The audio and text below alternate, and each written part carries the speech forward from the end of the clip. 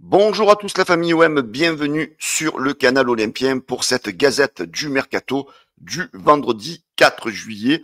Voilà donc encore pas mal d'infos à vous donner sur voilà les rumeurs qui circulent actuellement sur le Mercato de l'Olympique de Marseille.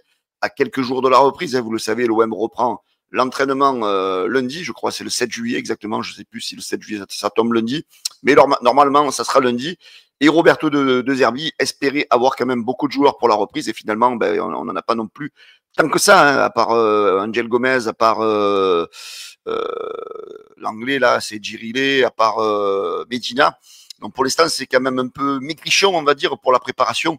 Mais voilà, donc normalement, le mercato devrait s'accélérer dans les prochains jours et les rumeurs de certains joueurs que l'on entend depuis quelques semaines, donc peut-être vont-elles aboutir prochainement, ou alors des noms un petit peu inconnus au bataillon, pas inconnus au bataillon, mais j'ai des noms qui n'ont pas circulé en sous-marin, peut-être vont sortir du jour au lendemain comme ça, et on va dire pour permettre à l'équipe de l'OM de se fortifier par rapport à la saison dernière, d'être meilleur, d'avoir des joueurs de qualité. Mais voilà, donc on attend, nous les supporters, nous sommes impatients, nous sommes dans l'expectative et nous espérons avoir de gros noms qui arrivent du côté de l'OM. Les amis, avant de commencer cette gazette, toujours les remerciements à tous de suivre la gazette, de la partager, de vous abonner au canal Olympien.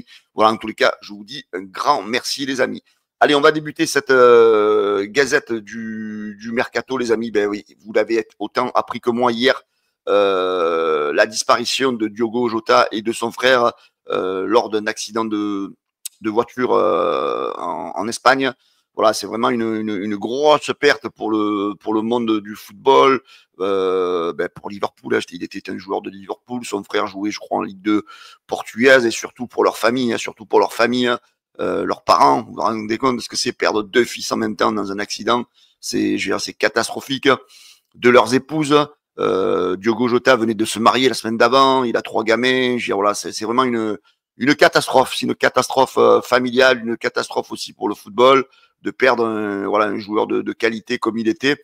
Voilà, et je voudrais me joindre voilà, à la douleur et présenter voilà, mes condoléances à toute sa famille, ses amis, ses collègues, à tout le monde. Voilà, c'est vraiment une catastrophe.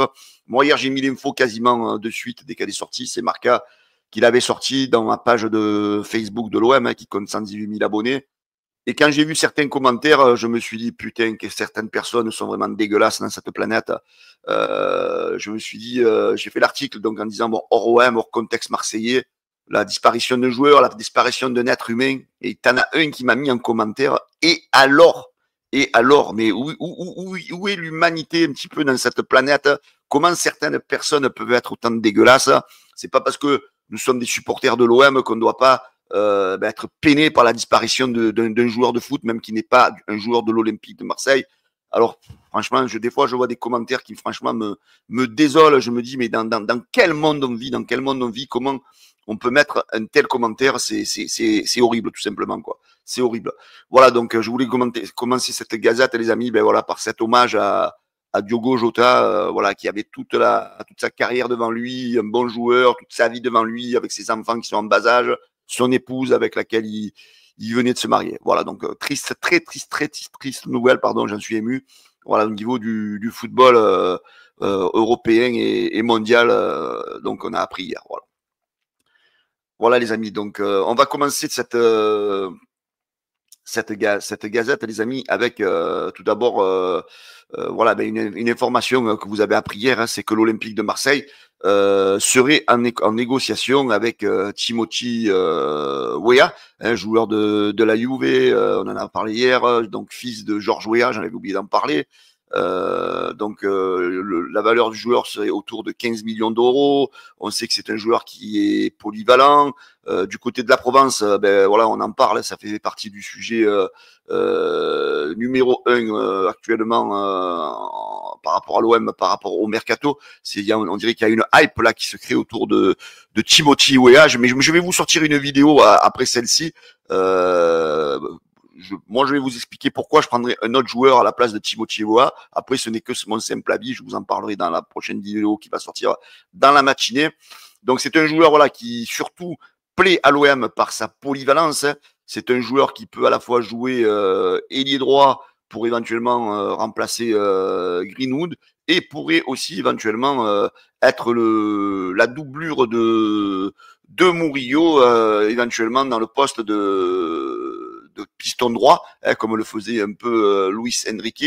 Voilà ce rôle un peu hybride qui permettrait de peut-être à l'OM de faire des économies, d'acheter un joueur pour le prix de deux, puisque tu économiserais peut-être le fait d'acheter un latéral droit et éventuellement tu compenserais, voilà, pour un joueur acheté, tu aurais un joueur qui pourrait jouer les deux rôles.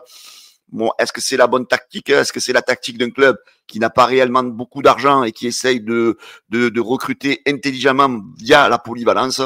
Voilà, donc moi je vous dis un petit peu mon sentiment. Je vais vous le dire un petit peu dans la vidéo qui va sortir donc dans la matinée. On apprend aussi dans la Provence donc que le calendrier de l'Olympique de Marseille est un petit peu changé dans les matchs de préparation. Hein. L'OM devait jouer contre Al Jazeera cet été et finalement ça sera le FC Gérone. Donc c'est pas plus mal. C'est un club qui était qualifié pour la dernière Ligue des Champions. Donc ça permettra sans doute à l'OM d'affronter un adversaire voilà qui a pu jouer la dernière Ligue des Champions et voilà ça pourra permettre à l'OM d'avoir peut-être un petit peu plus d'opposition. C'est pas que je néglige la valeur du club de Al Jazeera, mais voilà, autant rencontrer des équipes européennes parce que peut-être nos futurs adversaires, ce seront des clubs européens.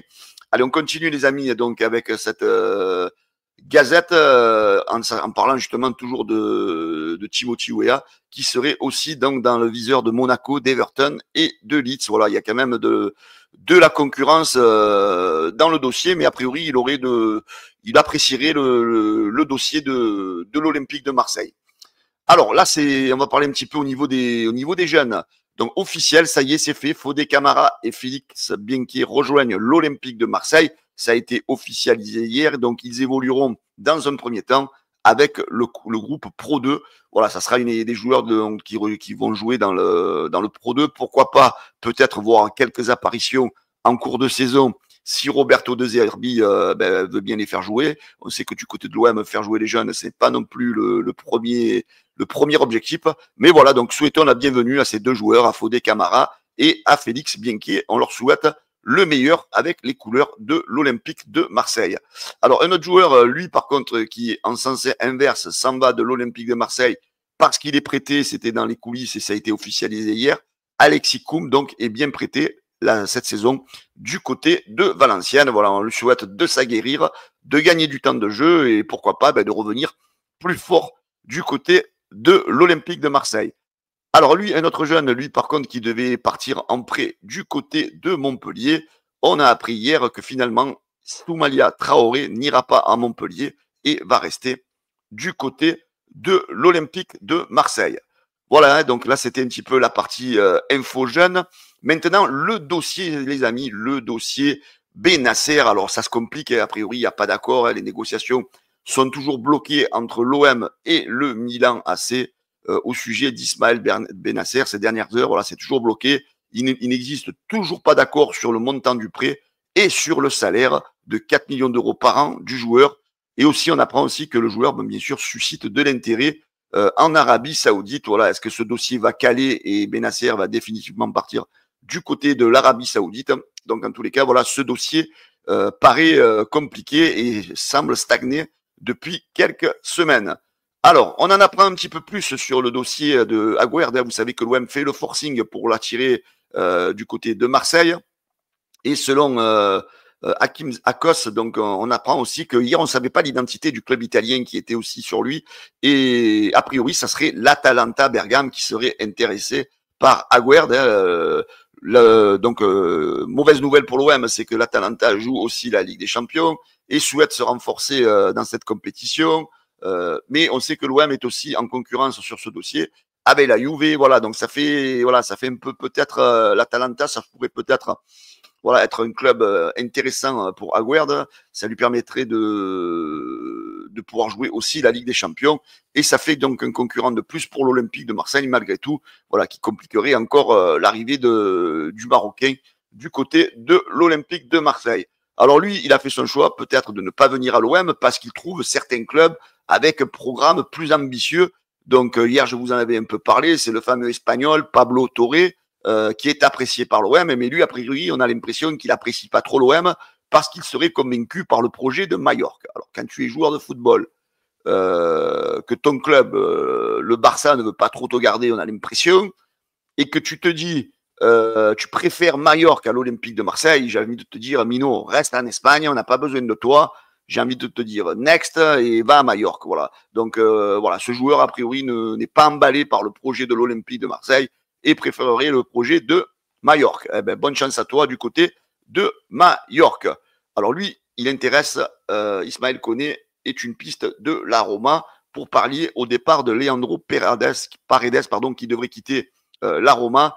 Et du côté du club de la capitale italienne, on ferait le forcing pour atterrir, pour essayer d'attirer Ismaël Koné du côté de la Roma. Voilà, ça serait une bonne chose pour l'OM d'essayer de gagner un petit peu d'argent dans les ventes de joueurs, parce que c'est vrai que pour l'instant, à part Luis Enrique, on n'est pas non plus les premiers de la classe à ce niveau-là.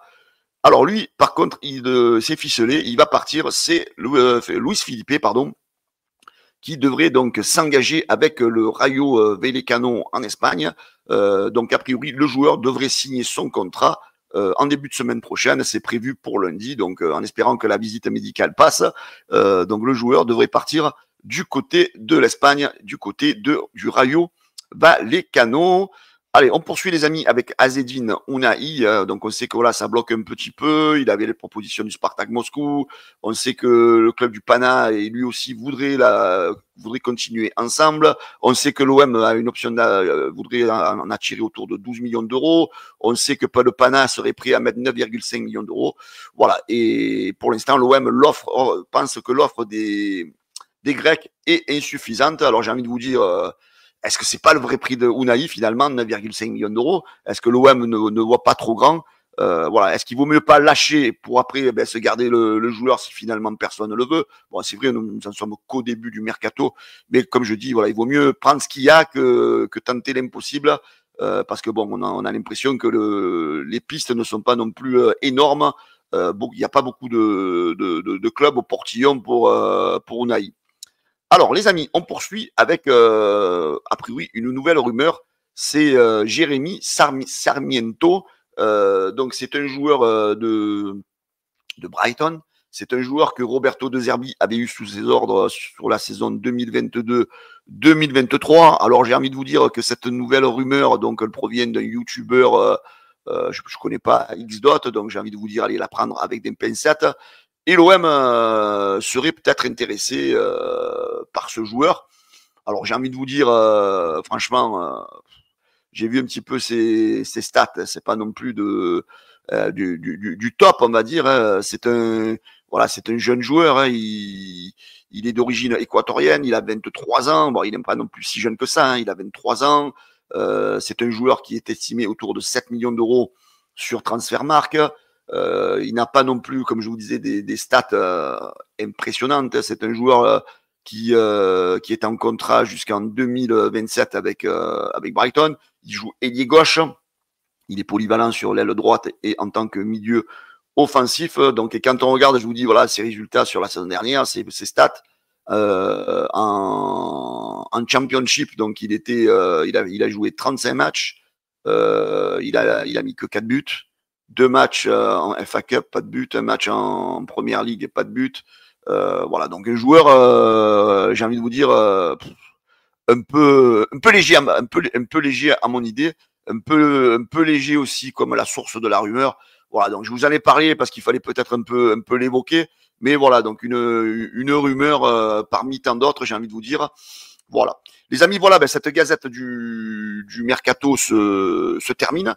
J'espère voilà que ça vous a régalé. En tous les cas, les amis, n'oubliez pas le petit pouce bleu, de vous abonner, les amis. Hier, il n'y a pas eu trop d'abonnements. Alors allez-y, les amis, abonnez-vous, hein, faites plaisir. Donnez le soutien au canal olympien. Je vous souhaite à tous une excellente journée, les amis. Donc, je vais vous faire dans quelques minutes la vidéo sur voilà, quel joueur préférez-vous. Alors moi, je vais vous faire une vidéo entre Timothy Weah et le Turc, là, Yunus Akdoung. Donc, je vais vous faire une vidéo et je vais vous donner mon avis entre les deux joueurs. Si je faisais partie du staff marseillais, lequel des deux je prendrais. Voilà les amis, je vous souhaite à tous une excellente journée et je vous dis à bientôt. Ciao, la bise à tous.